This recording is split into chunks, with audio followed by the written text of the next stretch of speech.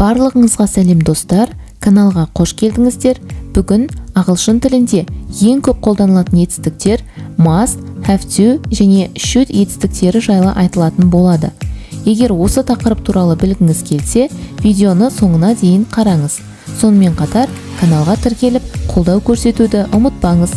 Егер төмендегі қоңырауша белгісін басатын болсаңыз, алдағы уақытта шығатын видеоларды жіберіп алмайтын боласыз. Ал ендеше бастайық.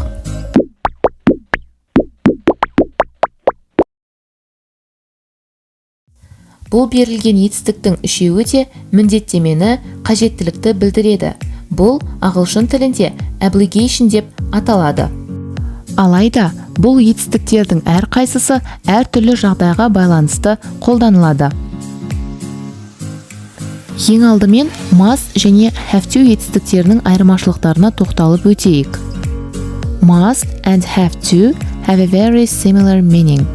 Must және have to етістіктерінің мағыналары бір-біріне өте жақын болып келеді. Have to is more common for general obligations. For example, rules and laws.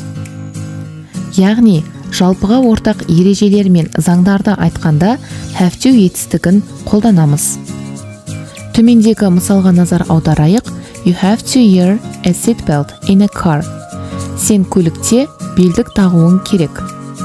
Яғни бұл жерде бүкіл адамға арналған ереже айтылып тұр, сондықтан да біз бұл сөйлемде have to етістігін қолданамыз.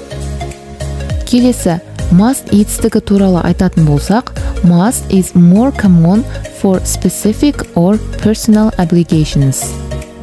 Яғни, must етістігі бір оқиғаға немесе жеке адамға айтылатын арнайы міндеттемені немесе қажеттілікті айтқанда қолданылады. Түсінікті болу үшін төменде берілген мысалға назар аударайық. I must remember to phone Emily tonight. It's her birthday. Яғни сөйлемді аударатын болсақ, мен түнде Эмилиге қоңырау шалуды есте сақтауым керек. Оның туған күні. Яғни бұл жерде жеке адамның қажеттілігі туралы айтылып тұр. Сондықтан да біз бұл жерде must етістігін қолданамыз. Келесі екі етістіктің қолданылуын салыстыру. Ең алдымен мысалға назар аударайық. I have to wear a shirt and a tie at work. Яғни бұл жерде белгілі бір компанияда жұмыс істейтін қызметкерлерге арналған ереже берілген, сондықтан да біз бұл жерде have to етістігін қолданамыз. Келесі, екінші мысалға назар аударайық. I must buy a new shirt. This one is too old now. Яғни бұл жерде жеке адамның қажеттілігі беріліп тұр. Сондықтан да біз бұл жерде must етістігін қолданамыз. Біз қазір must және have to етістіктерінің болымды формалары жайлы және олардың қолданылуы туралы айтып өттік, ал енді олардың болымсыз формасы және олардың қолданылуы туралы айтып өтейік. Must етістігінің болымсыз формасы must not. Қысқаша формат түрінде mustn't деп жазып кетсек болады. Have to етістігінің болымсыз формасы do not have to. Қысқаша формада don't have to деп жазып кетсек болады.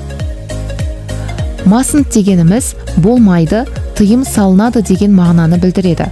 Ал don't have to дегеніміз қажеті жоқ, керегі жоқ деген мағыналарды білдіреді. Ал ендеше осы екі етістіктің сөйлемде қолданылуы бойынша мысалдар келтірейік. Алғашқы сөйлемге назар аударайық. You don't have to pay for the tickets. They are free. Сөйлемді аударатын болсақ, саған билеттерге төлеудің керегі жоқ, олар тегін. Яғни керегі жоқ деген мағынада қолданылып тұр. Келесі екінші сөйлемге назар аударайық. You don't have to go to the party if you don't want to. Егер сен қаламасаң, саған кешке барудың керегі жоқ деген мағынаны білдіріп тұр. Яғни бұл жерде керегі жоқ, қажеті жоқ деген мағыналарда қолданылып тұр. Ал ендеше көк түспен жазылған мысалдардың алғашқысына назар аударайық. You mustn't eat that cake. It's for the party. Саған анау тортты жеуге болмайды. Ол кешке арналған деген мағынаны білдіріп тұр. Келесі екінші мысалға назар аударайық. You mustn't touch that. It's dangerous. Саған анаған тиісуге тыйым салынады. Ол қауіпті деп аударылады. Яғни бұл жерде тыйым салынады және болмайды деген мағыналарда қолданылып отыр. Must және have to етістіктерінің қолданылу ерекшеліктері және олардың формалары жайлы айтып өттік, ал ендеше should етістігі туралы айтайық. Should is not as strong as must or have to. We use it to say if we think something is the right or wrong thing to do. Яғни, should етістігі must немесе have to етістіктері сияқты қатаң мағынада қолданылмайды. Бұл етістік біреуге ақыл кеңес айтқанда немесе пікір білдіргенде қолданылады. Ал ендеше мысалға назар аударайық. You should take warm clothes with you to Dublin. It might be cold at night. Бұл сөйлемді аударатын болсақ, сен өзіңмен Даблинге жылы киімдер алуын керек. Түнде салқын болуы мүмкін деп аударылады. Яғни бұл сөйлемде керек деген мағынада қолданылып тұр, яғни біреуге ақыл кеңес айтылып тұр. Сондықтан да біз бұл жерде should етістігін қолданамыз. Осымен бүгінгі видео өз мәресіне жетті. Сізге must, have to және should етістіктерінің қолданылуы түсінікті болды деген үміттемін. Ендеше мына берілген тапсырманы өз бетіңізше орындап көріңіз. Өз жауабыңызды комментарий бөліміне жазып қалдырсаңыз болады. Ал түсінбеген жандар үшін видеоны қайта қарап шығуды ұсынамын. Ал ендеше видео осымен аяқталды. Сізге бүгінгі видео және тақырып ұнады деген ойдамын. Видеоны соңына дейін қарағаныңыз үшін сізге алғыс айтамын. Егер сізге ұнаған болса, лайк басып, пікір қалдырып, каналға тіркеліп қоюыңызды сұраймын. Осылайша сіз каналдың дамуына өз үлесіңізді қосатын боласыз. Ал ендеше сау болыңыздар.